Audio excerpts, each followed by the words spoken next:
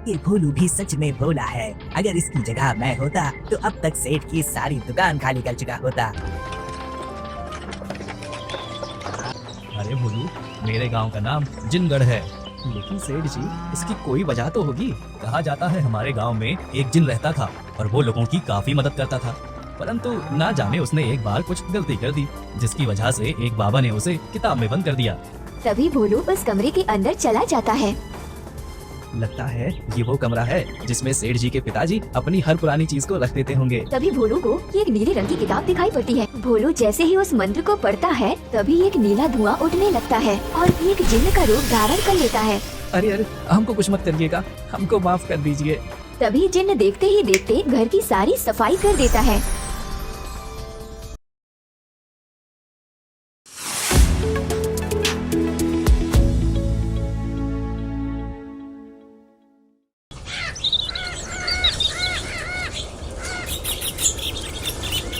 गगनपुर गांव में भोलू नाम का एक ईमानदार और खुश दिल लड़का रहा करता था। भोलू विजयमल सेठ के यहाँ पर नौकरी करता था। विजयमल काफी कंजूस और चतुर व्यक्ति था। विजयमल के पास काफी खेत होने के साथ साथ अपनी एक खुद की जौहरी की दुकान भी थी, जिसमें उसने कई प्रकार के सोने और चांदी के आभूषण रखे हुए थे और भोलू भी उसी दुकान पर काम करता था। अरे भोलू, इस मंदी का क्या करें? अरे इतना काम तो चल रहा है, परंतु सेठ जी को हर समय मंदी ही लगती है। अरे कौन सी सोच में पड़ गया भोलू? अरे नहीं नहीं मालिक, आपने सही कहा, कई दिनों से मंदी चल रही है। हाँ, कहता तो मैं सही ही हूँ। भोलू विजयमल का एक वफादार नौकर था। विजयमल को भोलू पर पूरा विश्वास था। अच्छा भोलू, तो शाम हो चुकी है, मैं घर चलता हूँ, तो कुछ देर में दुकान बंद कर कर घर आ जाना। ठीक है सेठ जी, आप जाइए ध्यान से। भोलू के पास अपना कोई घर नहीं था, इसीलिए भोलू सेठ के घर में ही रहता था। कुछ समय बाद चलो, अब मैं भी दुकान बंद करके घर को चलता हूँ। सेठानी जी ने अच्छा अच्छा भोजन बना दिया होगा। भोलू दुकान बंद करने लगता है कि तभी दूर से जग्गा बदमाश उसे देख रहा होता है। ये भोलू भी सच में भोला है। अगर इसकी जगह मैं होता तो अब तक सेठ की सारी दुकान खाली कर चुका होता।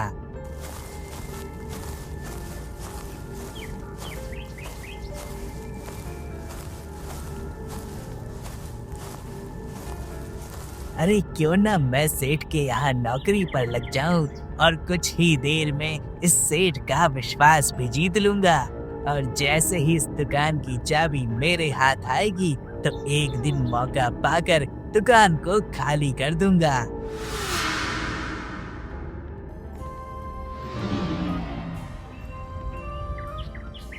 अरे भोलू, मैं तुझे बताना भूल गया कि कल हमें गांव जाना होगा, जहां हमारे पिताजी का घर है।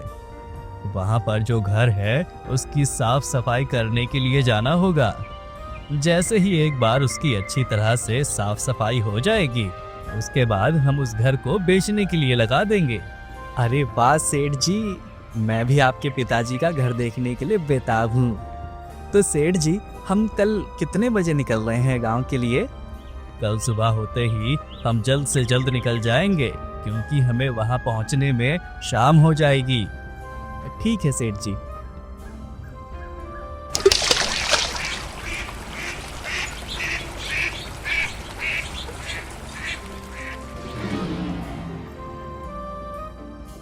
ठीक है, ध्यान से जाइएगा और जल्द से जल्द काम निपटा कर वापस आ जाइए। ठीक है, तुम चिंता मत करो। तो भैया चलो, चलाओ अपनी बैलगाड़ी को। सेठ और भोलू बैलगाड़ी पर बड़े ही आराम से गांव की ओर जा रहे होते हैं।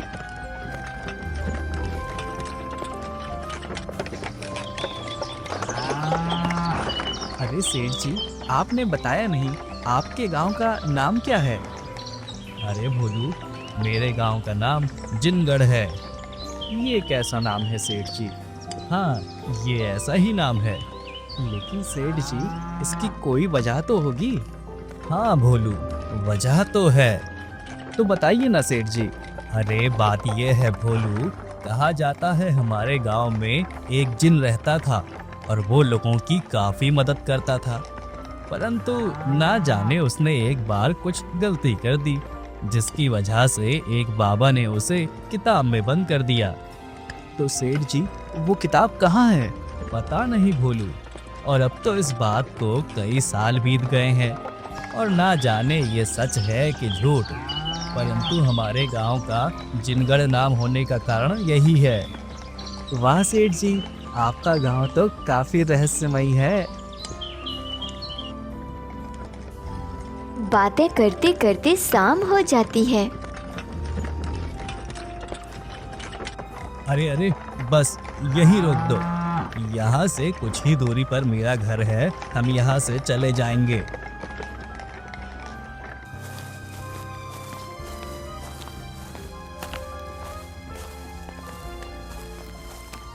कुछ ही दूरी चलने पर सेठ का घर आ जाता है।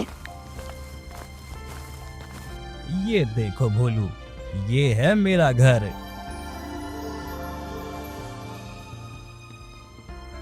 वाह सेठ जी, आपका घर तो काफी बड़ा है। सेठ और भोलू अंदर चले जाते हैं।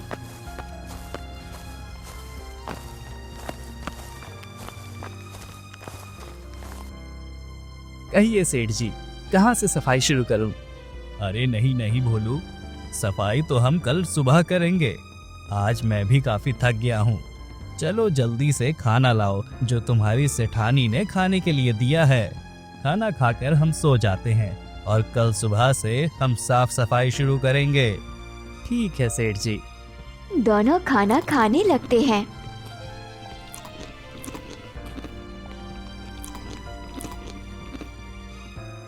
मेरा पेट तो भर गया भोलू, अब तो मैं चला सोने और तुम भी जल्दी सो जाना। भोलू, कल सुबह जल्दी उठकर काम भी करना है। जी हाँ सेठ जी, मैं बस कुछ देर टहलने के बाद सो जाऊंगा। भोलू सारे घर में टहलने लगता है।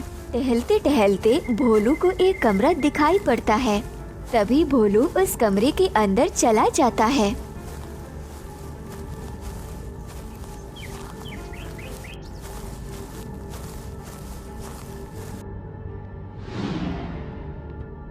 लगता है ये वो कमरा है जिसमें सेठ जी के पिताजी अपनी हर पुरानी चीज को रख देते होंगे।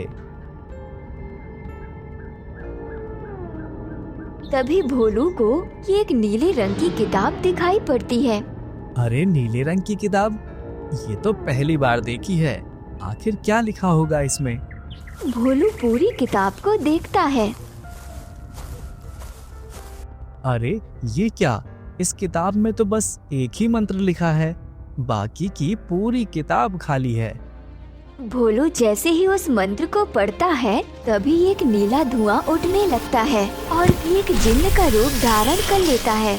अरे अरे, हमको कुछ मत करिएगा, हमने तो बस एक बार मंत्र को ही पढ़ा है। अगर आपको अच्छा नहीं लगा तो हम आगे से नहीं पढ़ेंगे, हमको माफ कर दीजिए।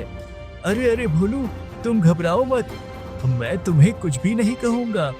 और तुमने तो मुझे कई सालों बाद इस किताब से बाहर निकाला है, इसलिए मैं तुम्हारा शुक्रिया करता हूँ।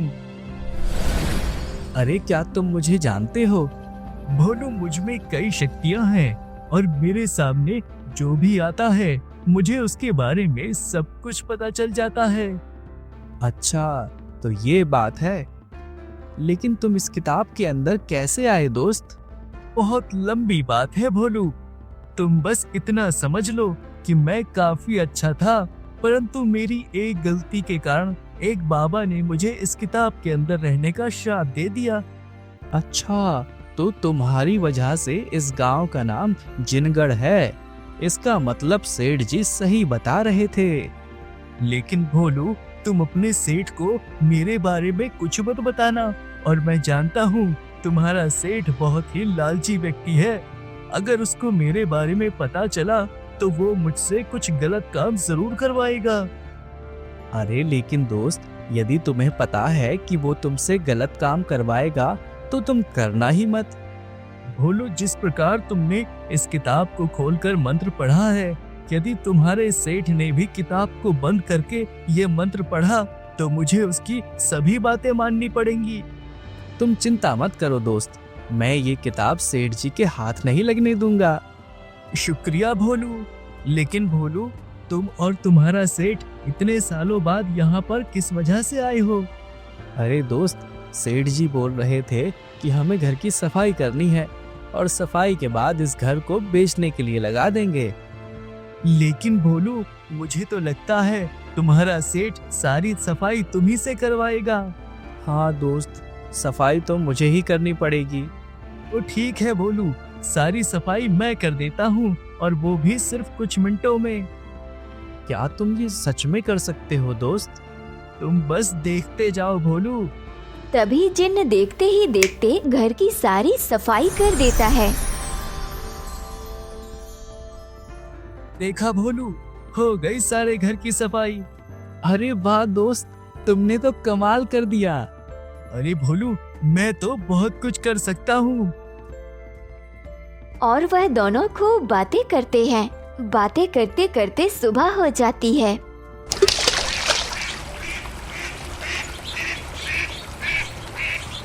अरे ओ भोलू, भोलू, लगता है तुम्हारा सेठ उठ गया।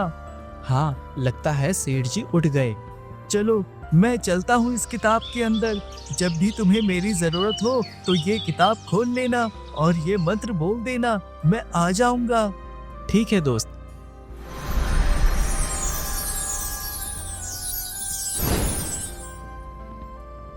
भोलू भागता हुआ अपने सेठ के पास जाता है। जी बोलिए सेठ जी, क्या हुआ? अरे भोलू, सारे घर की सफाई किसने की? अरे सेठ जी, मैंने की, और कौन करेगा? लेकिन इतनी जल्दी तूने सफाई कैसे कर ली? भोलू, क्या तू रात को सोया नहीं था क्या? अरे हाँ सेठ जी, रात को नींद नहीं आ रही थी तो हमने सोचा क्यों ना हम घर की सफाई ही कर लें। अरे वाह भोलू, बहुत बढ़िया काम किया तूने। अब हम आज ही अपने घर की ओर रवाना हो जाते हैं। शाम तक हम अपने घर पहुंच जाएंगे। ठीक है सेठ जी।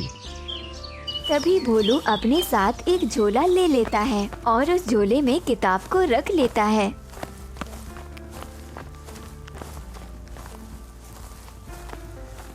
शाम होते ही वह दोनों घर पहुंच जाते हैं।